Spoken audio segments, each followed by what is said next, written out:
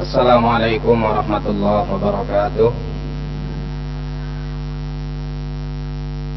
Alhamdulillah, wassalatu wassalamu ala sayyidina maulana rasulillah wa ala alihi wa ashabihi wa man tabi'ahu wa nasarahu wa walah, amma ba'dah. Wa nawayna ta'alluma wa ta'lima wa tadhakkura wa tadhkira wa naf'a wal intifa'a wal ifadata wal istifadah wal hatta ala tamassuki bi kitabillahi wa sunnati rasulih sallallahu alaihi wa alihi wa sahbihi wa sallam wa du'a ilal huda wa dalalata ala al khair bigha amradatillahi wa qurbihi wa thawabih.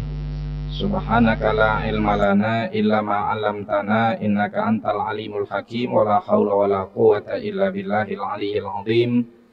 Allahumma inna na'udzubika min ilmin la yanfa' wa qalbin la yakhsha' wa nafsin la tashba' wa 'ainin la tadma' wa amalin la turfa' wa min du'ain la yustajabu laha bi rahmatika ya arhamar rahimin. Allahumma inna nas'aluka al-ilma ladunni wal mashraba as-safiyal hani ya wahhabu ya ghani. Allahumma la sahla illa ma ja'altahu sahla wa anta taj'alul hazana idza syi'ta sahla. Allahumma sahhil lana hifdzal ulum wa hab lana wasi'atil fuhum bi jahi nabiyikal ma'sum. Jamaah kaum muslimin wal muslimat dan para pendengar Rasil yang mudah-mudahan kita semua senantiasa dalam naungan kasih sayang Allah Subhanahu wa taala. Alhamdulillah, pada kesempatan hari ini kita kembali dapat bersama-sama berkumpul keluar dari rumah kita dalam rangka thalabul ilmi, menuntut ilmu, dan ini merupakan bagian dari jihad fi sabilillah. Man kharaja fi thalabil ilmi fahuwa fi sabilillahi hatta yarji'a. Barang siapa yang keluar untuk menuntut ilmu, maka ia berada di jalan Allah Subhanahu wa taala hatta yarji'a, sehingga ia kembali lagi sampai ke rumahnya. Jamaah sekalian yang dimuliakan oleh Allah, pada bulan lalu kita telah membahas tentang, masih ingat nggak? Syafaat kalau nggak salah ya. Nah, iya nggak? Baik, masih berkaitan dengan keistimewaan dan juga kasih sayang baginda Nabi Muhammad sallallahu alaihi wa alihi wasallam. Pada kesempatan kali ini kita akan membawakan beberapa hadis yang menceritakan tentang kasih sayang Rasulullah sallallahu alaihi wa alihi wasallam sebagaimana diriwayatkan oleh para a'immatul huffaz, oleh para imam-imam ahli hadis, yang jika dikumpulkan hadis-hadis ini disebut dengan asy-syama'il al-muhammadiyah, yaitu akhlak, sifat, etika baginda Nabi Muhammad sallallahu alaihi wa alihi wasallam. Jika pada pertemuan yang lalu kita membahas tentang masalah syafaat, yang mana ini merupakan kasih sayang Rasulullah sallallahu alaihi wasallam nanti di akhirat kepada umatnya, di mana tidak ada satupun yang sanggup untuk kemudian dalam tanda kutip melobi Allah Subhanahu wa taala. Hanya baginda Nabi Muhammad sallallahu alaihi wa alihi wasallam sajalah yang pada saat itu fil mauqif al-azim, dalam keadaan yang amat sangat genting, Rasulullah memuji Allah dengan berbagai macam pujian yang tidak pernah terlintas dan terucap oleh lisan manapun di dunia. Kemudian Rasulullah bersujud, lalu Allah katakan, irfa' ra'sak sal tu'ta washfa' tushaffa.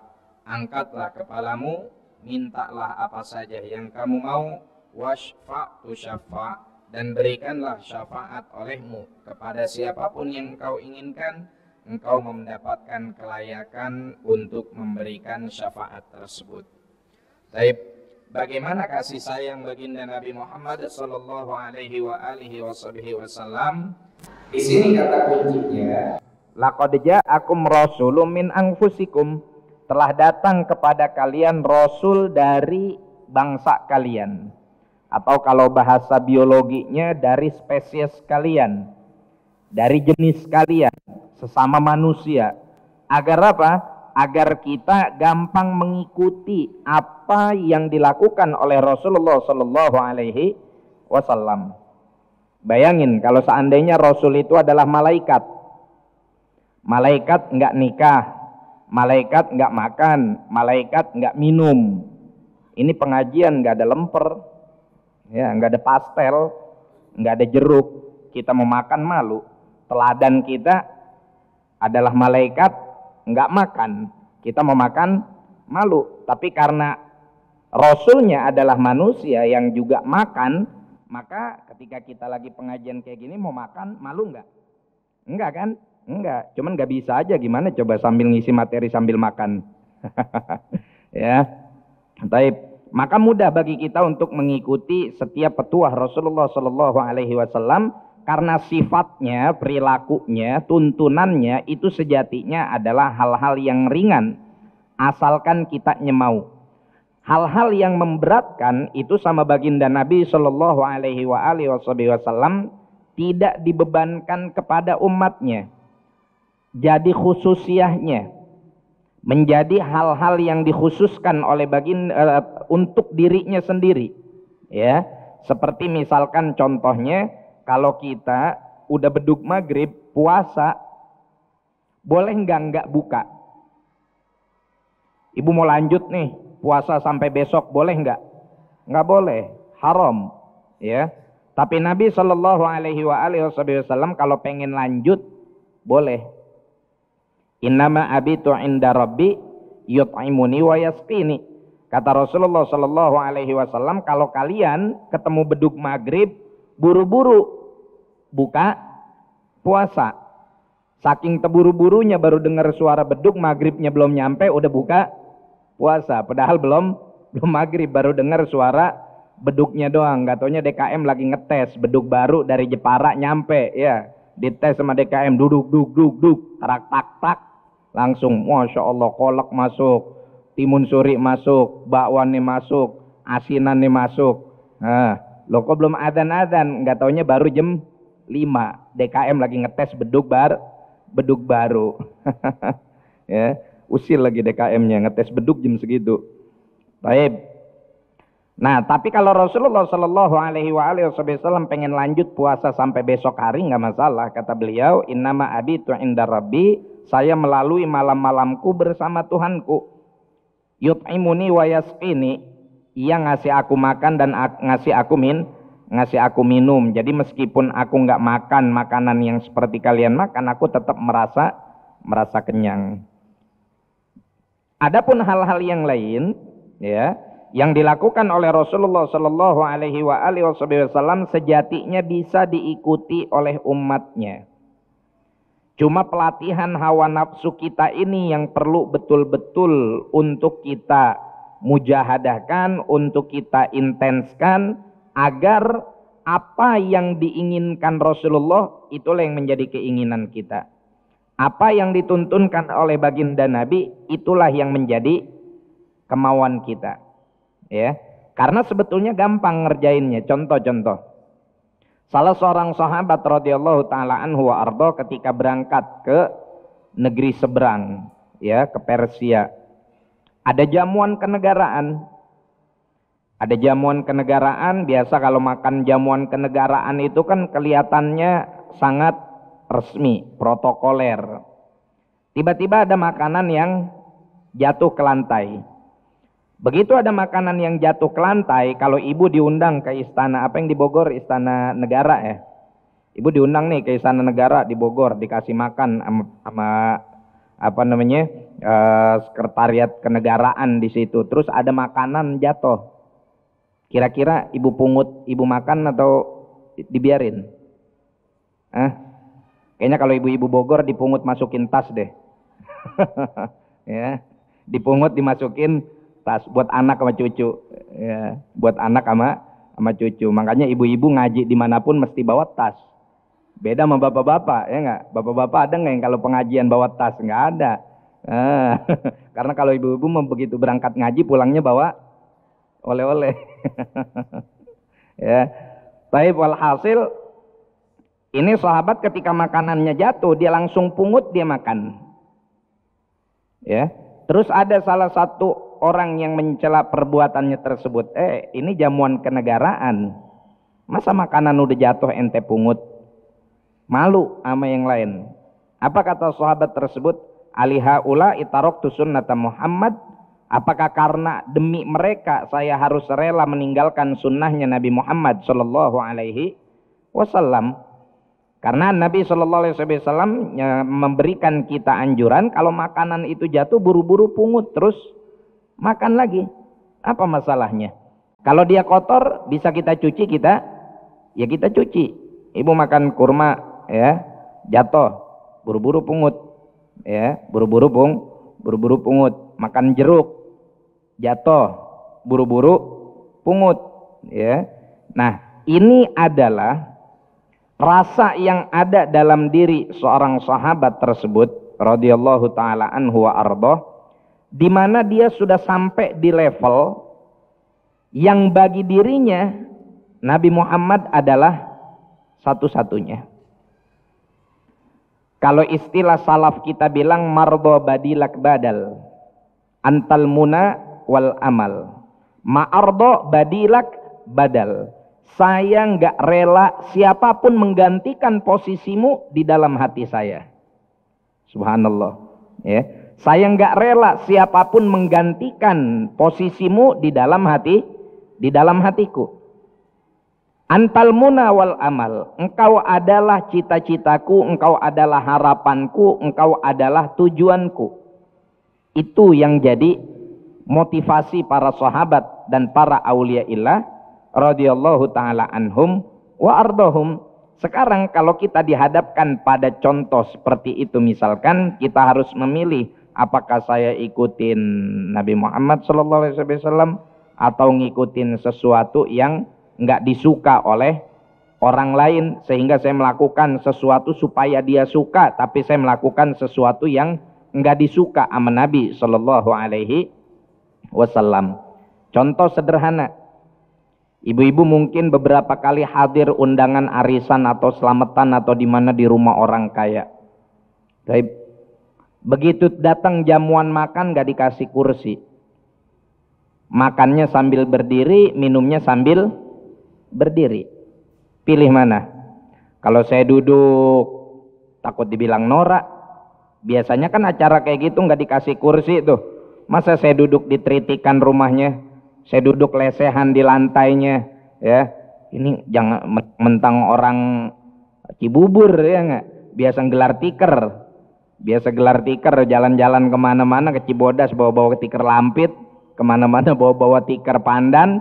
Sekarang datang diundang ke rumah orang kaya nggak ada kursi, dia duduk ngedeprok aja. Tapi mana yang kira-kira kita pilih? Walaupun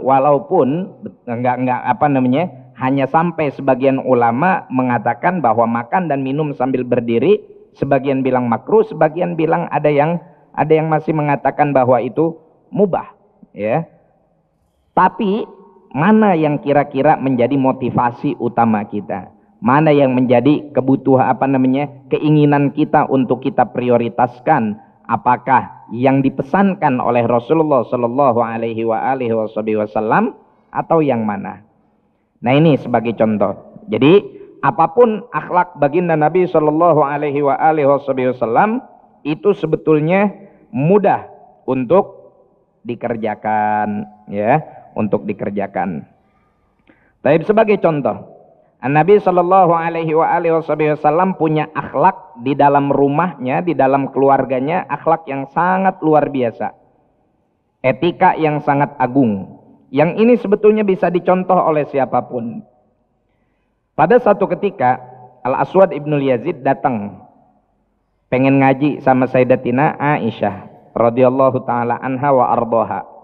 Bertanya kepada Sayyidatina Aisyah. Sayyidatina Aisyah ini istri Nabi yang cantik dan juga cerdas, tapi cemburuan, ya. Cantik, cerdas, cemburunya tinggi, ya. Dan suka ngambek sama Nabi Shallallahu Alaihi Wasallam. Ya biasa, tabiat basyariyah, ya, tabiat kemanusiaan.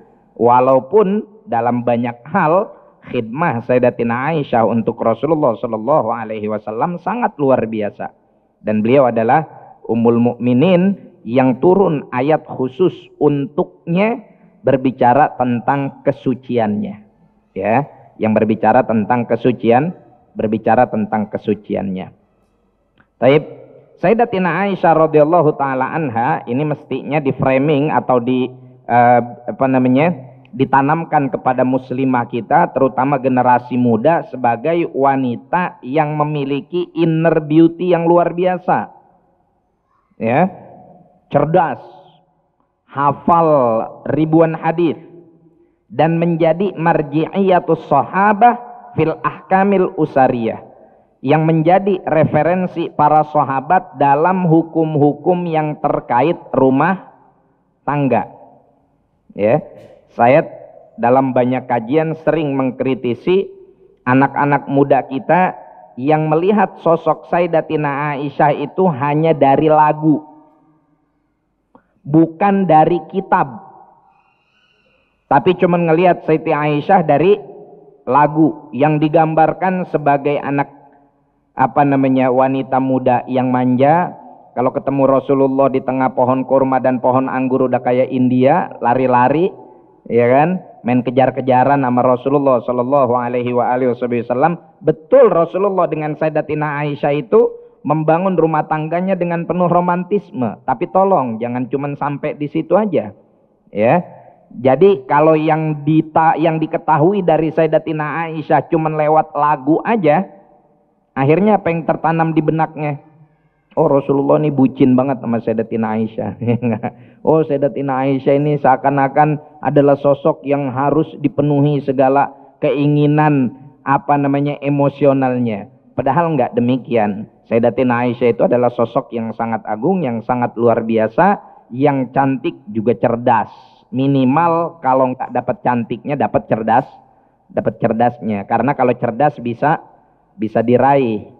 Ya, kalau cantik kan udah cetakan dari sono, susah. Ya, kalau emang cetakan awalnya udah kayak loyang dodol penyok, ya udah susah mau digimanain. Ya, bisa sih dimodif, cuman kan jauh ke Korea dulu, ya enggak? Mahal, ratusan juta. Tapi kalau ngaji untuk pinter, untuk cerdas, untuk berilmu, nggak harus ratusan juta. Ya, datang ke sini ke Masjid Rasil, berapa duit naik angkot biru dari rumah, ya. Paling banter naik Gojek ya 80.000 paling mahal, ya. Paling banter bayar transportasi berapa sampai di sini, alhamdulillah disediain kue, disediain minum, disediain macam-macam, ya. Tapi kalau kita dibandingin apa yang ibu korbankan untuk ngaji dengan apa yang dibayar untuk skincare, mahalan mana? Mahalan skincare. Pulpen berapa duit pulpen? 5.000. Ya, pulpen pilot 5.000 atau 7.000, atau yang bagusan dikit high tech misalkan 32.000, ya. Misalkan yang matanya kecil tuh, buku agendanya berapa duit? 25.000. Ya, baru gocap lebih dikit. Bisa buat berapa pengajian tuh? Ya, bisa sampai setahun, terus ibu hafalin, terus ibu amalin, bisa bermanfaat dunia akhirat. Pertanyaan saya, skincare mana yang 50.000? Skincare mana yang 50.000? Ya, nggak ada skincare yang harganya 50.000. Kalau ada bajakan, kalaupun ada bajakan, ya, yang mahal 175.000, 270.000. Kok Ustaz tahu sih? Sering bayar COD punya istri. Sering bayar COD. La ilaha illallah. Nah itu, jadi ilmu itu inner beauty, kecantikan dari dalam yang dihasilkan dari kesolihan, dari ketakwaan, dari kecerdasan, ya, serta attitude, itu jauh lebih berharga ketimbang hanya cantik secara fisik. Baik. Ya, Ustaz, zaman sekarang kan cantik fisik juga perlu biar suami betah di rumah. Masa? Bukankah biasanya kalau yang giliran udah perawatan justru lebih seringnya jalan-jalan keluar daripada di dalam? lebih seringnya update status di WhatsApp daripada buat suami. Mohon maaf, lagi belum skincarean, lagi belum perawatan, nggak pernah tuh update status di WA, ya, nggak pernah jalan-jalan ke lapangan kelurahan buat ikut senam aerobik dan lain-lain sebagainya. Giliran udah perawatan dikasih sama suaminya, waduh, punya akun TikTok, punya akun Instagram, upload sono, upload sini. Akhirnya yang nikmatin justru orang lain, malah jadi tabungan dosa. Ya, baik. Ini Sayyidatina Aisyah radhiyallahu taala anha wa ardhaha didatangi oleh Al-Aswad bin Yazid.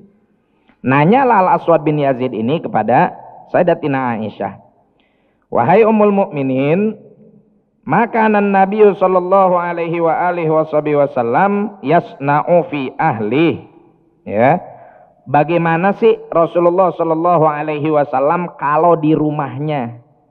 Nabi kalau di rumah itu apa yang beliau kerjakan? Rasulullah kalau di rumah nih sebagai suami, sebagai kepala rumah tangga, bagaimana perilakunya? Apa kata Sayyidatina Aisyah? Ini testimoni Sayyidatina Aisyah, ya. Dan memang betul-betul demikian. Kata Sayyidatina Aisyah, kana fi mihnati ahli. Rasulullah sallallahu alaihi wa alihi wasallam itu kalau di rumah itu melakukan pekerjaan rumah tangga. Fi mihnati ahli. Apa yang dalam bahasa Arab ahli itu bukan hanya keluarga, ya, bukan artinya keluarga saja, tapi di antara maknanya juga orang Arab biasa nyebut ahl itu istri, ya, ahli fil bait, istriku ada di rumah, ya. Misalkan kana fi mihnati ahli, Rasulullah itu kalau di rumah biasa mengerjakan urusan keluarga. Kerjaan yang biasa dikerjakan oleh seorang istri, Rasulullah Shallallahu Alaihi Wasallam juga mengerjakannya. Apa yang biasa dikerjain sama istri? Dandan, nyuci, masak. Rasulullah juga nyuci, masak. Rasulullah juga masak, nyapu. Rasulullah juga nyapu, ya. Jahit, Rasulullah juga jahit. Di dalam riwayat yang lain memang secara lebih spesifik Sayyidatina Aisyah menjelaskan kana yakhsifu na'lah wa yakhitu tsaubah. Rasulullah itu di dalam rumah biasa ngejahit bajunya dan juga ngesol sendalnya. Jadi nggak mentang-mentang pekerjaan ini adalah pekerjaan yang lumrah dan umum dilakukan oleh perempuan kemudian Rasulullah berpangku tangan, ya. Kalau di kita gimana? Mungkin hal ini karena terbiasa didoktrin dari masih SD. Jadi bikin kita orang laki kadang-kadang di rumah nggak mau bantuin istri. Soalnya dari SD kita belajar buku bahasa Indonesia, tulisannya gitu. Ibu memasak nasi, ayah membaca koran. Ya, ini Bapak Budi, ini Ibu Budi. Ibu Budi memasak nasi, Bapak Budi membaca koran. Udah, jadi bapaknya nggak mau ngapa-ngapain. Akhirnya terdoktrin tuh di benak kita, oh iya, kalau istri lagi masak, suami baca koran.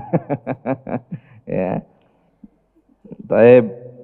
Nah, ini Rasulullah Shallallahu Alaihi Wasallam biasa melakukan hal-hal yang biasa dilakukan di dalam rumah tangga. Alhamdulillah, ya, kita di beberapa kajian banyak ada beberapa bapak-bapak yang melakukan testimoni sama kita, cerita, Ustadz, saya juga alhamdulillah kalau di rumah saya masak, saya nyapu, saya nyuci.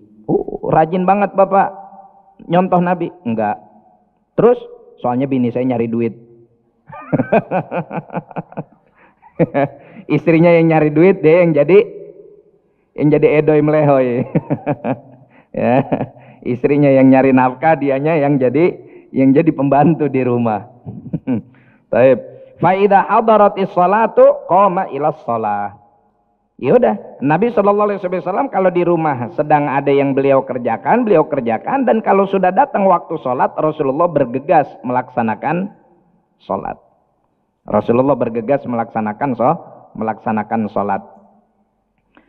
La ilaha illallah. Famakana min jababiratir rijal. Wan Nabi sallallahu alaihi wa alihi wasallam sebagaimana dikatakan oleh Sayyidatina Aisyah, maka min jababiratir rijal. Rasulullah itu enggak mentang-mentang sebagai laki-laki kemudian beliau menjadi sosok yang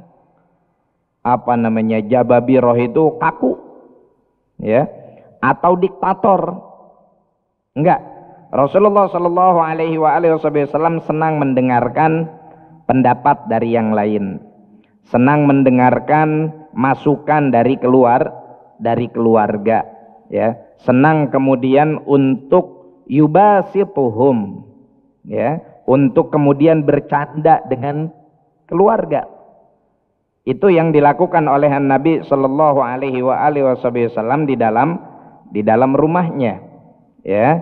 Pun dengan keadaan Rasulullah yang seperti itu, ya, maka istri Nabi Shallallahu Alaihi Wasallam juga kemudian pada akhirnya menyesuaikan dirinya dengan akhlak yang dilakukan oleh baginda Nabi Muhammad Shallallahu Alaihi Wasallam.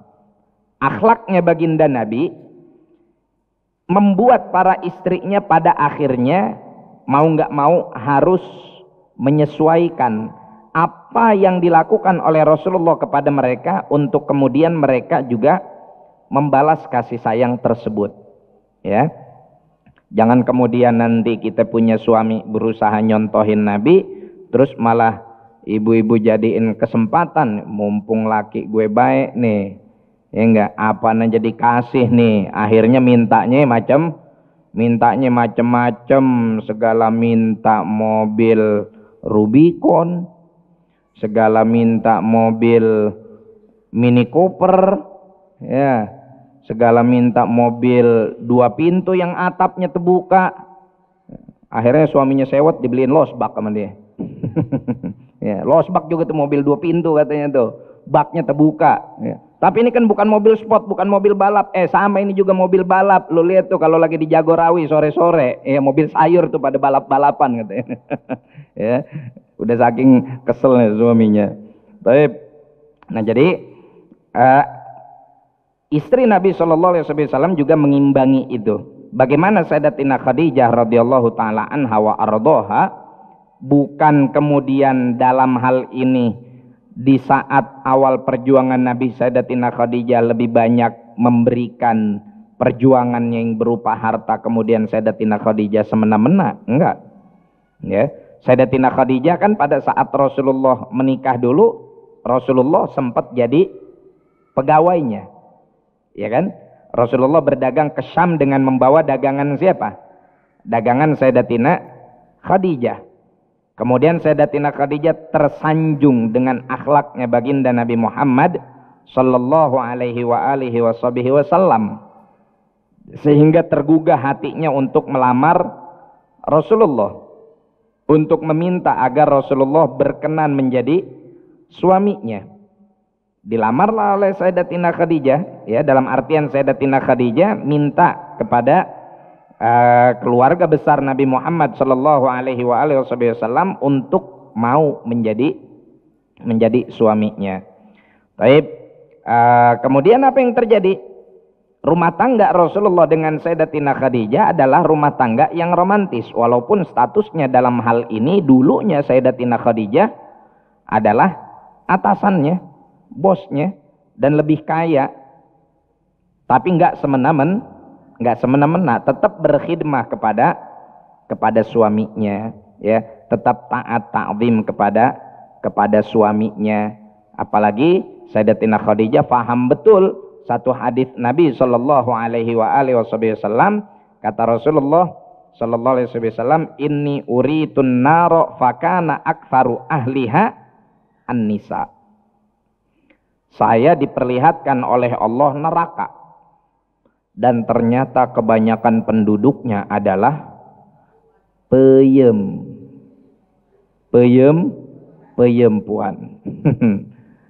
Kenapa kebanyakan penduduknya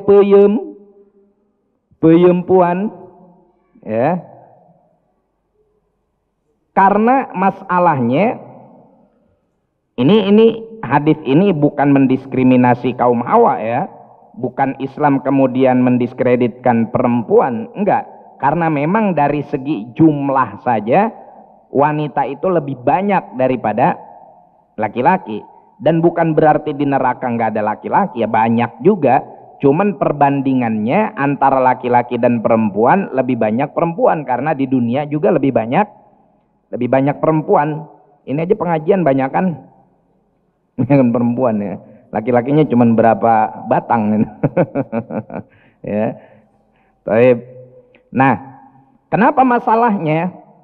Karena kebanyakan para wanita terutama di akhir zaman yakfurnan nikmah, dia kufur nikmat, terutama nikmat tersebut nikmat yang ada di dalam keluarga. Kata Rasulullah di ujung hadis ini, innaka in ahsanta ila ihdahunna dahra, kamu itu para lelaki kalau berbuat kebaikan sepanjang masa kepada istrimu, thumma akhtata, kemudian kamu berbuat salah, apa yang terjadi? Kata Rasulullah, maka istrimu akan bilang, innaka ma amilta khairan qattu, kamu tuh nggak baik, kamu tuh nggak berbuat baik sama sekali sama aku. Jadi ini hati-hati, ini akhlak yang tidak sepatutnya dilakukan oleh seorang muslimah, seorang istri muslimah. Jangan sampai gara-gara itu ibu jadi kejeblos ke neraka. Kita mesti objektif. Di mana suami berperilaku baik, maka istri harus menilai kebaikan tersebut. Jangan gara-gara satu kesalahan kemudian pada akhirnya menggugurkan semua kebaikannya. Udah diajak jalan-jalan ke Transmart Cibubur, terus mampir beli furnitur di Sentul, mampir ke IKEA, di IKEA semuanya diborong yang dia pengen. Keluar dari IKEA ada motor Mio nyebrang, kebetulan yang nyebrang rada cakep, suami ibu ngerem, mempersilahkan yang mau nyebrang lewat. Ya Allah, jadi musibah 2 bulan. Asal lagi duduk samping suaminya, ntar lagi jalan lagi, benteng-benteng yang nyebrang cantik ya, kamu ngerem ya, coba yang nyebrang nenek-nenek peot, nggak dikasih ya. La ilaha illallah, 2 bulan 3 bulan nggak kelar-kelar tuh urusan. Cuman gara-gara mempersilahkan orang nyebrang, padahal habis belanja dari IKEA, habis berapa, 75 juta kali dibelanja di IKEA ya. Cuman gara-gara mempersilahkan orang nyebrang akhirnya bilang seperti itu. Nah ini nggak etis ya, nggak baik ya, nggak tidak objektif sebagai seorang istri ya. Dan apa salahnya mempersilahkan orang nyebrang ya, kecuali suami ibu tuh turun terus digendong dituntun nyebrangnya ya, baru deh nggak apa-apa, mau seruduk ya. La ilaha illallah gitu. Jadi yang dilakukan oleh Sayyidatina Khadijah radhiyallahu taala anha wa ardhaha adalah akhlak yang betul-betul berusaha menyeimbangkan perilaku baik baginda Nabi Muhammad sallallahu alaihi wa alihi wasallam.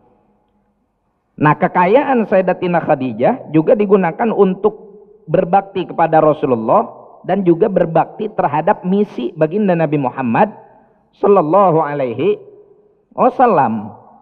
Ini mohon maaf, kebanyakan di akhir zaman ya, keberadaan istri kemudian merongrong suami bahkan dalam urusan agama. Bukan justru membantu suami. Saya bilang kebanyakan ya. Artinya masih ada wanita-wanita yang soleha yang berusaha meniti jalan Sayyidatina Khadijah.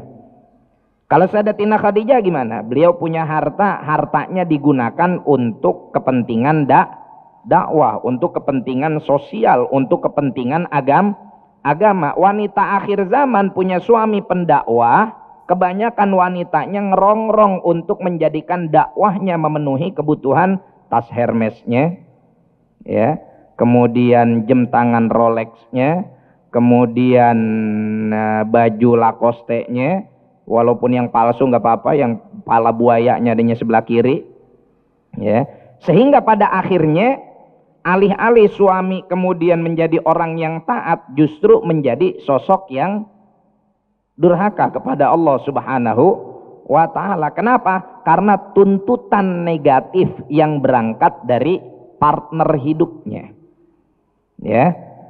Tuntutan negatif yang berangkat dari partner hidupnya. Sedangkan kalau seandainya istrinya yang lebih kaya, malah justru suami yang selalu kena bala, ya. Saya tempo hari ada orang datang WA sih, Ustaz, minta tolong apa? Tolong cariin alumni Hadramut. Ada bapak-bapak nyari mantu. Ada bapak-bapak nyari mantu. Cuman kalau bisa yang udah berpenghasilan tetap, yang ekonominya udah mapan. Kata saya, ente minta ngasih syarat, ya, minta alumni pesantren, tapi yang ekonominya sudah mapan. Dari di mana kita dapatnya? Ada dapat, udah pada punya bini semua. Kenapa emang ente minta syarat kayak begitu? Karena dia awalnya minta supaya bisa ngejalanin pesantren yang sedang dirintis juga. Lah kalau nyari pesantren yang lagi dirintis, kenapa nyari sosok yang harus udah mapan terlebih dahulu? Berapa banyak orang yang sebelum nikah kondisi ekonominya carut marut, morat marit, begitu nikah justru mapan. Berapa banyak orang yang ekonominya sebelum nikah mapan, tapi begitu nikah ternyata dia morat marit, ya, bukan jaminan, ya. Sebetulnya masalahnya ini karena perempuan yang ingin anak si bapak ini, satu influencer, yang kedua punya usaha sendiri kosmetik, yang ketiga kalau ngambek jalan-jalannya ke Korea. Waduh, repot nyari begini. Ente kameramen mau nggak? Tuh, kameramen aja nyerah. Ini yang kayak begini, waduh, kalau bukan kemudian orangnya mau berubah menjadi sosok pribadi ya yang baik, yang kemudian mau menjadikan hartanya sebagai jalan dakwah, yang ada justru suaminya yang justru suaminya yang pusing, ya. Yang ada justru suaminya yang pusing. Ntar istrinya nargetin, pokoknya papa maulid ini harus 50 panggung, satu panggung minimal amplopnya 6 juta. Waduh, berapa banyak pendakwah yang seperti itu karena tuntutan dari istri, ya. Tapi kalau istrinya mukhlisah, istrinya qani'ah, ya, punya sifat qanaah, istrinya qanitah, ya, punya akhlak yang baik, ya udah. Bahkan dia punya harta pun disumbangkan atau dipersilahkan untuk kemudian kemaslahatan umat, seperti yang dilakukan oleh Sayyidatina Khadijah radhiyallahu taala anha wa ardhaha. Baik. Nah ini jamaah sekalian, yang terakhir, balkana katsiran ma yakhdumu nafsahu binafsih. Rasulullah sallallahu alaihi wasallam ini adalah sosok yang sering untuk keperluan pribadinya beliau kerjakan sendiri, ya. Hal-hal yang masih bisa dikerjain sama Nabi dikerjain sendiri oleh Rasulullah sallallahu alaihi wasallam, ya. Enggak kopi aja mesti istri, nyedut teh aja kudu istri. Tapi kalau ibu mau berkhidmah, itu lebih baik. Itu lebih baik, ya. Tahu suaminya pulang dari tempat kerja, langsung sediain, "Pah, nih kopinya. Pah, ini tehnya. Pah, ini air angetnya." Atau tanya begitu sampai "Assalamualaikum, waalaikumsalam," cium tangan bolak-balik, serosot, serodot, ya. Cium tangan kan? Tangan kanan atau dua tangan? Satu tangan atau dua tangan? Afdolnya gimana? Kalau buat ibu-ibu di akhir zaman ini, afdolnya cium tangan suami dua tangan. Karena kalau cuma satu tangan, takutnya yang tangan kiri ngerogoh kantong. Ya, waduh, mana ini hasil ngojek hari ini, mana nih? Ya, tangan kanannya cium tangan, gak taunya tangan kirinya udah masukin duit. Waduh, keren. Walhasil Ya, apa namanya? Ketika pulang salim, sampein, tanya, papa mau minum apa? Mau yang anget atau yang dingin atau yang panas? Yang dingin apa mah? Yang dingin ada es campur. Yang panas apa mah? Yang panas ada kopi atau teh. Yang anget apa mah? Pelukan mama. Ya salam. Gitu, ya. Yang dingin apa tadi? Es campur. Kalau yang panas, kopi atau teh. Kalau yang hangat, pelukan mama. Oh, suami pulang kerja. Waduh, langsung tuh sampai di rumah. Pokoknya udah, mama nggak pakai ngerogok kantong, papa kasih semuanya buat mama. Ya, soalnya itu udah sisaan tadi bekas ngasih janda sebelumnya. Nah, sama aja. Aduh, ganas ternyata suaminya. Baik, wallahu a'lam bishawab. Silakan kalau ada pertanyaan. Ini sekilas tentang kasih sayang Rasulullah Shallallahu Alaihi Wasallam di tengah keluarga, di tengah keluarganya. Ya, tadi apa? Kesimpulannya, Rasulullah banyak melakukan hal yang selagi beliau bisa lakukan sendiri di rumah, beliau kerjakan sendiri. Kemudian pesannya juga buat para wanita, buat para muslimah adalah berusaha semaksimal mungkin mencontoh istri para istri Nabi Shallallahu Alaihi Wasallam yang mereka juga menyeimbangkan akhlak baginda Nabi Muhammad Shallallahu Alaihi Wasallam dengan semaksimal mungkin memberikan khidmah yang terbaik untuk Rasulullah Shallallahu Alaihi Wasallam. Baik, wallahu a'lam bishawab. Baik Ibu, ada yang mau bertanya silakan. Iya, satu.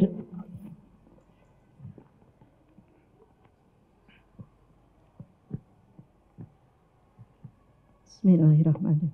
Assalamualaikum warahmatullahi wabarakatuh. Waalaikumsalam warahmatullahi wabarakatuh. Maaf Ustadz, tapi di luar tema boleh.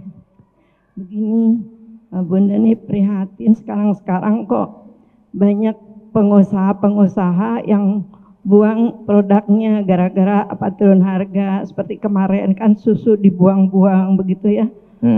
Iya, apa maaf itu apa nggak ada yang nuntun dari ulama, daripada dibuang lebih baik disodakakan ke panti apa ke pesantren gitu. Seperti ini paling sering di daerah Ustadz, kayak di Garut itu misalnya panen tomat harganya murah, itu dibuang, betul-betul dibuang itu. Nah itu solusinya gimana? Kan nggak boleh mubazir gitu. Baik. Ahsan, barakallahu fiik. Ini merupakan salah satu problematika di dalam masyarakat ya. Ketika ada seseorang atau ada katakanlah pengusaha merasa kecewa atas usaha yang selama ini dia lakukan tidak berbanding lurus dengan hasil yang didapatkan, bukan dari hasil panennya atau bukan dari hasil usaha dia yang sebelum dia jual, tapi lebih kepada aturan yang ada, regulasi yang ada di daerah tersebut yang menjadikan pada akhirnya dia merasa kecewa dan menumpahkan kekecewaan tersebut dengan cara demikian. Solusinya gimana? Solusinya adalah ya, yang pertama adalah sudah menjadi kewajiban setiap dai, setiap masyayikh, setiap para guru di dalam bidangnya mereka untuk kemudian memberikan cara yang terbaik dalam melampiaskan kekesalan tersebut. Ini satu. Wadhifatud du'a wa wadhifatul ulama. Tugas sebagai seorang ulama adalah menyampaikan dan mengedukasi para pengusaha apabila ada dagangan yang tidak laris dan tidak laku di pasaran, ya, kemudian dia sudah tidak bisa lagi untuk menjualnya, tapi barang dagangan tersebut masih memiliki kualitas yang baik, ya maka sebaiknya dijadikan sebagai hasil akhirat, tabungan akhirat, ya dengan cara disedekahkan, dihadiahkan ya untuk fuqara wal masakin. Kalau memang kualitasnya sudah buruk, ya enggak laku karena kualitasnya buruk, ya maka sebaiknya dibuang. Karena kalau dia berikan sesuatu tersebut udah jelek, baru dibagi orang, ya, dan udah enggak layak konsumsi. Kalau grade-nya sedikit turun tapi masih layak konsumsi, it's okay, nggak jadi masalah. Tapi kalau sudah nggak layak konsumsi, ini yang tidak diperkenankan. Ya maka lebih baik dibuang. Juga di sini harus ada sinergi yang baik dengan patokan kemaslahatan yang telah digariskan oleh agama, sinergi antara pemerintah, ulama sebagai pemberi saran, dan juga para pelaku usaha untuk kemudian bagaimana mencari solusi yang terbaik dari permasalahan tersebut, ya. Kalau memang misalkan kualitas barang lokal kita lebih baik, kenapa harus impor? Tiadakanlah aturan impor selama kita masih memiliki cadangan yang cukup, selama kita masih memiliki produksi yang cukup dengan kualitas yang juga baik dan bisa bersaing dengan produk dari luar, ya. Dan setiap pelaku penyelundupan dari luar berikan hukuman yang tegas, jangan hanya kemudian warga sendiri masyarakat kecil diberikan hukuman yang tajam, tapi giliran para pelaku di pasar gelap tersebut justru mendapat keleluasaan di dalam melakukan hal-hal tersebut. Yang kedua juga, kita zaman sekarang sebagai warga negara Indonesia harus senantiasa meningkatkan edukasi dan eksperimen kita di dalam banyak lini, di dalam banyak bidang, ya. Misalkan kenapa pertanyaannya susu kita kurang berkualitas, ya, kenapa susu dari sapi Australia justru lebih diminati, bagaimana cara ternak mereka, bagaimana kehigienisan mereka. Karena kadang-kadang, mohon maaf, kenapa kita cenderung memilih produk luar misalkan ketimbang produk sendiri? Karena kualitas di kita kadang-kadang tidak diperhatikan. Kadang-kadang orang kitanya juga yang nakal, yang rese, hanya sekedar pengen cari untung, kemudian mereka gunakan berbagai macam cara untuk berbuat curang. Segala gorengan minyaknya dikasih plastik biar kelihatan renyah dan awet, ya kan? Segala somai pakai daging ikan sapu-sapu. Nah, ini kan yang pada akhirnya kita tidak memiliki trust, kepercayaan terhadap produk kita sendiri karena pelaku kitanya curang, ya. Giliran kemudian warga beralih kepada produk yang higienis yang ternyata itu justru dari luar, baru dah orang kita teriak. Ngapa sih nggak demen sama produk tetangga sendiri? Kenapa sih nggak suka dengan produk nggak pro UMKM, nggak pro dengan produk sendiri? Ya Anda dong perbaiki kualitas Anda. Konsumen itu kan mencari apa yang menjadi kepuasan mereka dalam hal kualitas.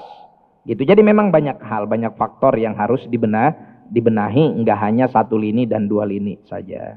Gitu. Allahu a'lam. Baik Ustadz, izinkan saya bertanya. Oh iya, lu pernah nanya kan jarang Bu ya. Begini Ustadz, yang pertanyaan saya tentang masa iddah. Jadi kalau kebanyakan ini yang saya perhatikan, misalnya nih saya baru minggu takziah, karena saya baru sempatnya 2 minggu. Nah yang meninggal itu suaminya misalnya.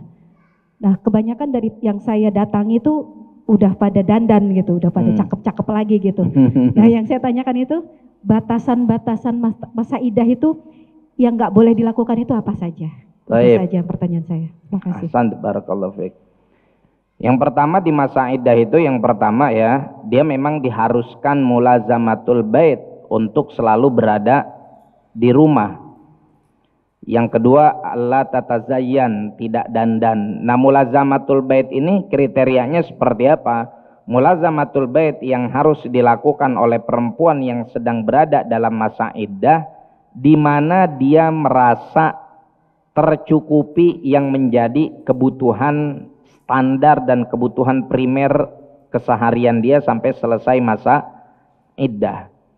Lain halnya jika memang dia adalah orang yang ketika ditinggal suaminya mau nggak mau harus memenuhi kebutuhan pribadinya, karena orang-orang yang menjadi penanggung nafkah di sekitarnya juga nggak mampu untuk menanggungnya, Ya, misalkan kakak kandungnya juga nggak sanggup karena udah punya keluarga sendiri dan nggak mencukupi, maka dia dipersilakan untuk keluar mencari nafkah.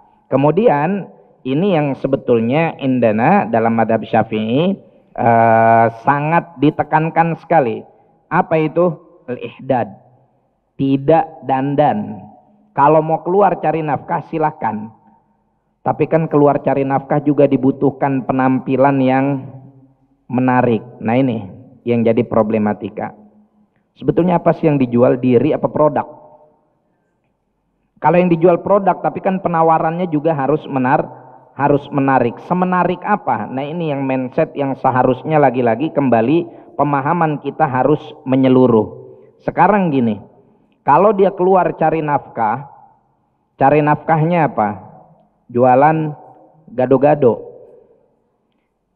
Gado-gado tuh yang dimakan lipstick apa gado-gadonya? Kenapa harus kemudian pakai foundation, pakai eyeliner, pakai kuku tambahan? Iya kalau nggak copot. Kalau copot nyampur sama kangkung repot itu. Ya. Nah ini yang kemudian harus difahami bahwa jika dia memang mencari nafkahnya butuh penampilan yang butuh penampilan yang menarik, maka kita kasih batasan, ya. Jika memang hal itu darurat untuk dilakukan, berpenampilanlah yang tidak membuat orang ilfil, tapi tidak juga berlebihan, ya. Kerja di kantor, asal ibu nggak bau, nggak butek, bukannya udah cukup? Ya kan? Enggak harus sampai cemberongan udah kayak orang mau main ondel-ondel kan? Ya, enggak harus sampai menor gitu kan? Karena kerjanya apa? Kerjanya di balik komputer misalkan, atau ngajar di sekolah, ya, atau dia kerja di perusahaan di balik komputer, memang harus seperti itu. Ya, kan enggak? Ini satu sisi. Yang kedua juga kita harus memaksimalkan sisi ibadah sosial kita, ya. Di mana lembaga-lembaga seperti Baznas, kemudian LAZ atau lembaga amil zakat yang ada di sekitar, yang ada di masjid, itu diaktifkan kembali sehingga perempuan-perempuan yang mereka ditinggalkan suaminya dan sedang dalam masa iddah, lalu nggak punya mata pencaharian lain, mereka bisa memaksimalkan aturan di dalam Islam pada saat mereka iddah tersebut dengan bantuan sosial yang didapatkan dari kaum muslimin, sehingga dia nggak harus keluar cari nafkah dengan mempercantik dirinya, melanggar aturan yang sudah ada. Kenapa? Dia cukup di rumah sudah ada bantuan. Makanya kita ketika ada tetangga kita yang meninggal, kemudian mereka pengen tahlilan, kita harus lihat dulu kondisinya, ya. Kalau kondisinya memang adalah keluarga yang memprihatinkan, kita bantu sedekah dan semaksimal mungkin kita yang hadir mendoakan, jangan nuntut berkat, jangan nuntut besek. Karena mohon maaf, banyak orang yang mereka pengen tahlilan 7 hari, kemudian nggak sanggup, maksa-maksa sampai akhirnya hutang sono sini. Ini nggak bijak juga, ya. Toh itu bukan satu kewajiban kok, ya. Itu merupakan sebuah tradisi yang hukumnya bisa jadi wajib, bisa jadi sunnah, bisa jadi mubah, bahkan bisa jadi haram li'arid. Bukan haram lidzatih, ya. Haram li'arid, haram karena faktor eksternal. Maka kita tetangga yang ada di sekitar, udah tahu tetangga kita miskin, ya, kita bantu untuk kemudian mereka menyelenggarakan tahlilan, dan ini sebagian dari takziah kita. Tapi kita yang ada di sekitar pun tahu tetangga kita miskin, kita nggak bisa bantu dengan materi, ya kita bantu dengan baca doa, dengan baca Quran, tanpa menjadikan itu sebagai proyek, ya. Kita datang, saya mau tahlilan, ya. Keluarga misalkan nggak bisa ngasih apa-apa, cuman air putih doang, kita pulang jangan ngegerutu, buset, kagak tahu diri, udah didatengin tahlilan, gorengan acan-acan kagak keluar. Nggak usah begitu. Coba husnudzon di dalam hati kita. Ya Allah, rumahnya aja kita buka pintunya, seret bunyinya, ya, engselnya bunyinya seret, nggak tega. Masa kemudian kita nuntut ini nuntut itu? Ini kan tahlilan adalah sedekah untuk mayit. Taib, betul. Tahlilan itu harta yang dikeluarkan, pahalanya diniatkan sedekah untuk mayit. Tapi apakah hukumnya wajib? Bukankah kalau seandainya dia melakukan sesuatu yang di luar batas kemampuannya dan dia nggak mampu sampai pada akhirnya utang sono sini, bukankah justru malah memberatkannya? Gitu. Jadi kita harus memiliki sudut pandang yang komprehensif dan berusahalah dalam hal ini menjadi sosok yang mu'thir alal ghair. Orang yang memprioritaskan orang lain. Anda merasa diri Anda enggak ikhlas untuk datang tahlilan, kalau pulang enggak bawa berkat, enggak usah datang. Enggak usah datang. Tahlilan di sana enggak ada berkatnya, enggak usah datang. Daripada datang ngarepin berkat. Ya, kadang-kadang kan gitu. Ya, miskin, malas datang. Kaya nih, tahlilan jam 7:30, maghrib udah pada nyampe. Ya, apalagi malam ke-7, pulangnya bawa BHS Cosmo. Nah ini jadi mesti punya ilmu rasa, gitu. Wallahu alam. Taib. 4 bulan 10 hari ya berarti. Baik, Bu, ada lagi yang mau bertanya? Ya Bu Siti, silakan.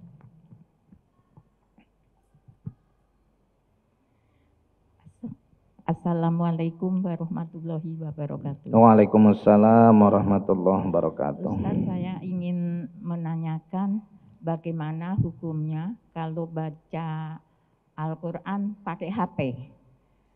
Kalau baca Al-Quran pakai Al-Quran biasa kan kita mesti wudu dulu. Oke. Kalau pakai HP gimana hukumnya? Apa mesti wudu dulu juga apa enggak usah? Kalau misalnya mesti wudu dulu, kadang-kadang misalnya kita lagi pergi gitu, kan kita di jalan baca pakai HP. Nah kalau kita enggak wudu gimana itu? Terima kasih. Assalamualaikum warahmatullahi wabarakatuh. Waalaikumsalam warahmatullahi wabarakatuh. Taib. Aplikasi Al-Quran yang ada di handphone, ulama ada khilaf, ya. Ulama mutaakhirin ada khilaf, ya, karena memang ini khilafnya adalah khilaf muasir, khilaf yang ada di kalangan ulama kontemporer, karena zaman dulu nggak ada HP, maka dibahas oleh ulama saat ini. Ba'dul ulama, sebagian ulama mengkiaskan aplikasi Al-Quran yang ada di handphone layaknya mushaf, ya, karena ada tulisan di situ, ada huruf di situ, ya.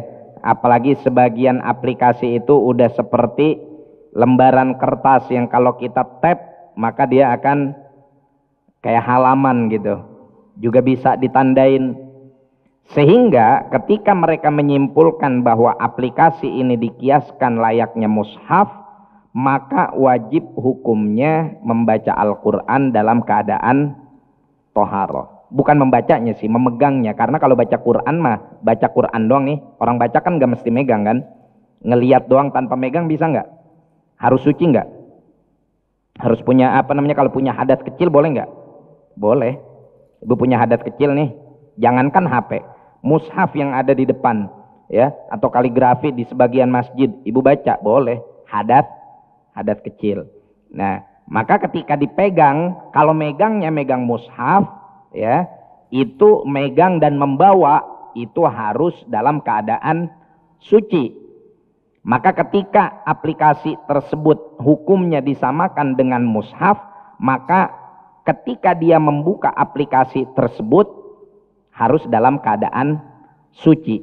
Tapi membawa HP-nya itu dikiaskan dengan membawa mushaf seperti di dalam tas yang di dalamnya ada alat-alat lain, ya, yang di dalamnya ada barang-barang lain, sehingga yang kita bawa adalah amti'ah, yang kita bawa adalah benda-benda selain mushaf, sehingga dalam keadaan hadas kecil pun nggak masalah.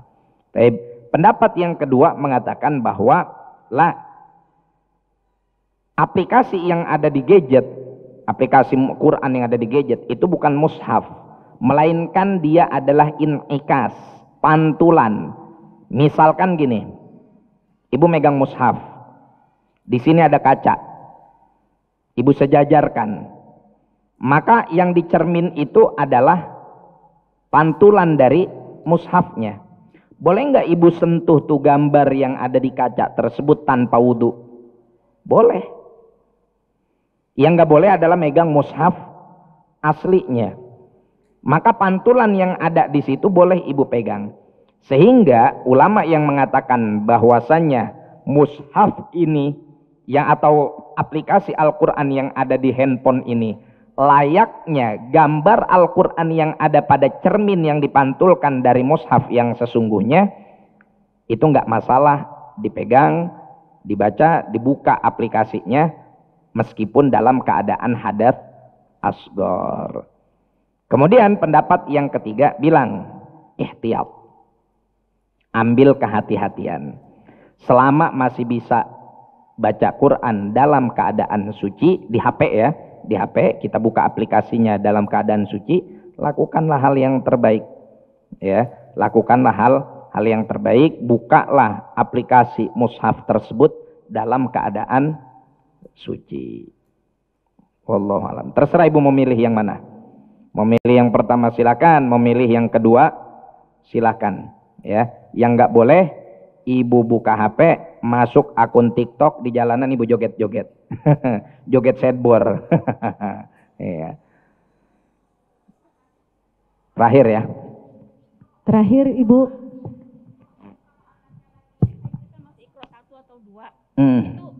Boleh. Nggak apa-apa. Gini, kalau Iqra itu kan metode membaca huruf hijaiyah.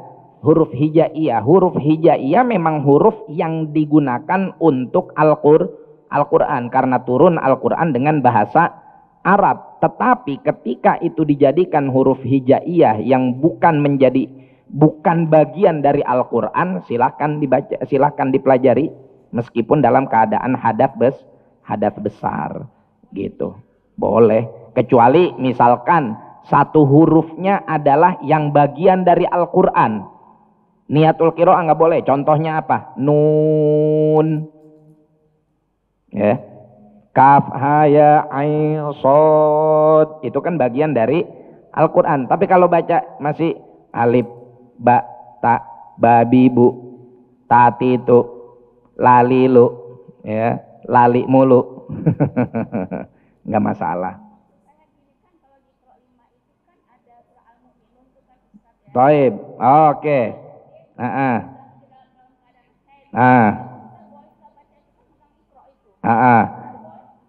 Kalau untuk orang yang hadas besar itu membacanya pun tidak boleh dengan niat qiraah, dengan niat baca dia nggak boleh. Tapi niat ta'allum, niat ta'lim boleh. Fatihah bil qabul wal iqbal wa salahi kulil ahwal hadrati sayyidina Rasulillah sallallahu alaihi wasallam maula Bilal al-badril mutalal anallaha ta'ala yaftahu alaina futuhal arifin warzuqna kamalal ikhlas wal yaqin wa thabbit aqdamana ala qadamil habibil amin yaqdi lana jamil hajat wa yakfir lana jamil muhimmat yaghfir lana kullad dunub wa yasurana kullal uyub wa yakshif anna kullal kurub wa yamla bi barakati wa kathratil amwali kullal juyub ala hadhihi niyyah wa ala kulli niyatin salihah wa ila hadratin Nabi Muhammad sallallahu alaihi wa alihi wasallam bisirril Fatihah. A'udzu billahi minasyaitonir rajim. Bismillahirrahmanirrahim. Alhamdulillahi rabbil alamin arrahmanir rahim maliki yaumiddin. Iyyaka na'budu wa iyyaka nasta'in ihdinas siratal mustaqim. Siratal ladzina an'amta 'alaihim ghairil maghdubi 'alaihim waladdallin. Amin. Subhanakallahumma bihamdika asyhadu an la ilaha illa anta astaghfiruka wa atubu ilaik. Wal 'afwu minkum. Assalamualaikum warahmatullahi wabarakatuh.